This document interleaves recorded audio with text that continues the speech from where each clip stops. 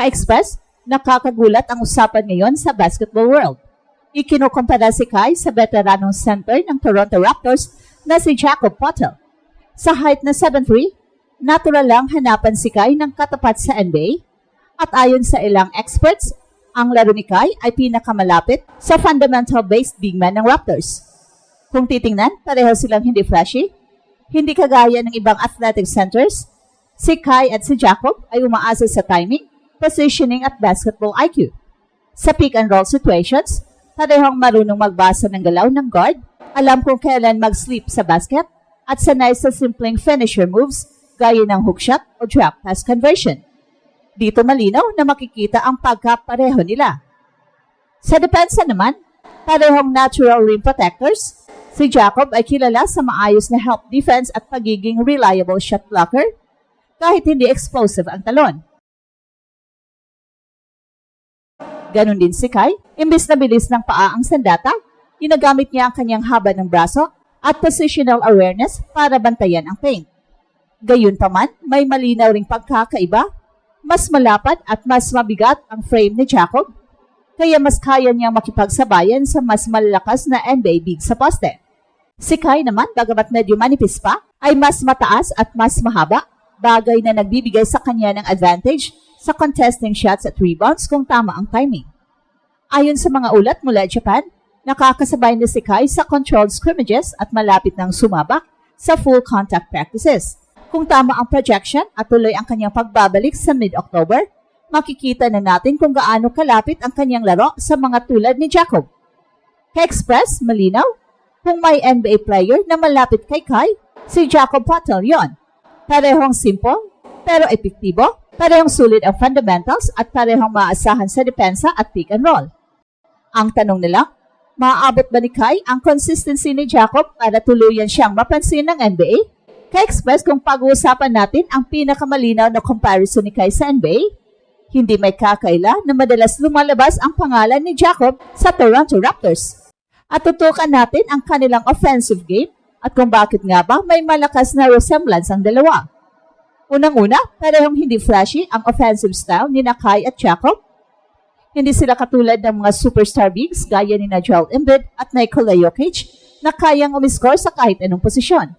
Sa halip, simple pero epektibo ang approach nila sa opensa. Parehong umaasa sa pick and roll actions kung saan ginagamit nila ang tamang timing at spacing para maging target sa drop pass o lob. Sa kasong ito, makikita na si Kai ay may hawig kay Jakob bilang finisher, hindi creator. Halimbawa sa Toronto Raptors, madalas na makikita si Jakob na nagsiset ng matibay na screen tapos ay mabilis na pag-roll papuntang basket. Hindi niya kailangan ng maraming dribble, sapat na ang isang catch at isang simpleng hook o layup at ganun din si Kai sa kanyang mga laro sa Japan at Gilas. Sa tuwing may guard penetration, natural niyang alam kung saan pupwesto para maging handa sa pasa. Bukod pa dito, parehong may soft touch malapit sa ring. Hindi kailangan ng power move palagi, sapat na ang controlled release at tamang angle para makapag-convert ng puntos. Si Kai, kahit medyo payat pa ang katawan, may maayos na footwork at marunong maghanap ng espasyo para hindi siya mabaga o maipit sa depensa. Ito rin ang trademark ni Jakob, hindi malakas o flashy, pero efficient. At meron ding pagkakaiba sa offensive arsenal ng dalawa. Si Jakob ay halos limitado lang sa ilalim at mid-range finishing. Bihirang-bihira siyang tumira mula sa labas. Dito pumapasok ang potential edge ni Kai. Dahil sa kanyang shooting stroke, may kakayahan siyang mag-extend ng depensa hanggang sa 3-point line. Kung ma-develop niya pa ito, maaari siyang maging modern version ni Poeltl, isang big man na hindi lang pangloot kundi may dagdag sa spacing threat. Isa pang aspeto ay ang offensive rebound. Si Poeltl ay kilala sa second chance point gamit ang kanyang positioning at hustle para makakuha ng putbacks. Si Kai dahil sa kanyang taas at haba ng braso, may parehong potensyal. Ang tanong lang ay kung kaya niyang mag-adjust sa mas physical na style sa NBA kung sakali. Ka-Express sa opensa malinaw, Kai Sotto is the Jakob Poeltl type player with added shooting potential. Hindi man siya primary scorer, pero magiging valuable sa anumang team dahil sa kanyang efficiency sa pick and roll, finishing ability at posibilidad na maging stretch big sa hinaharap. Ka-Express, tatalakayin natin ang offensive similarities ni Kai at Jacob. At sisilipin din natin ang kanilang depensa, ang aspeto ng laro na madalas nagbibigay ng trabaho at haba ng career para sa mga big men sa NBA. Una sa lahat, parehong natural rim protector si Kai at Potel. Sa height na 7'3" para kay Kai at 7'1" para kay Potel, malaking bantahe ang kanilang taas at wingspan sa pagpigil ng tira sa ilalim. Pareho silang hindi kilala bilang explosive jumpers pero nakabawi sa timing, possessional awareness.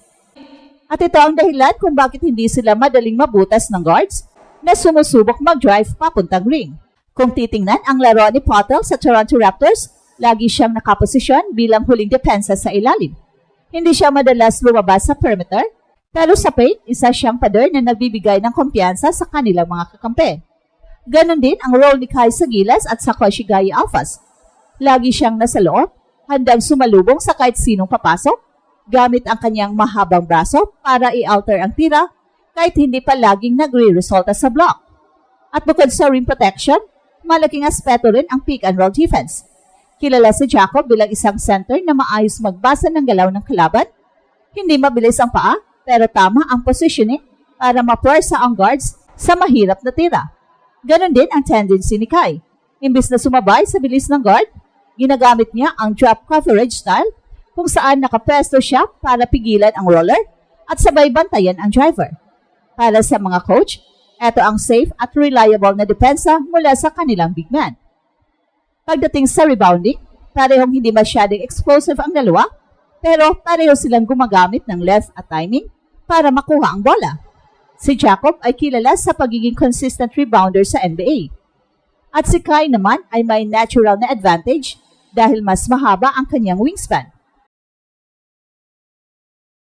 Ang kailangan lang ay dagdagan ng lakas ng katawan para hindi matulak ng mas matatapang na big sa ilalim.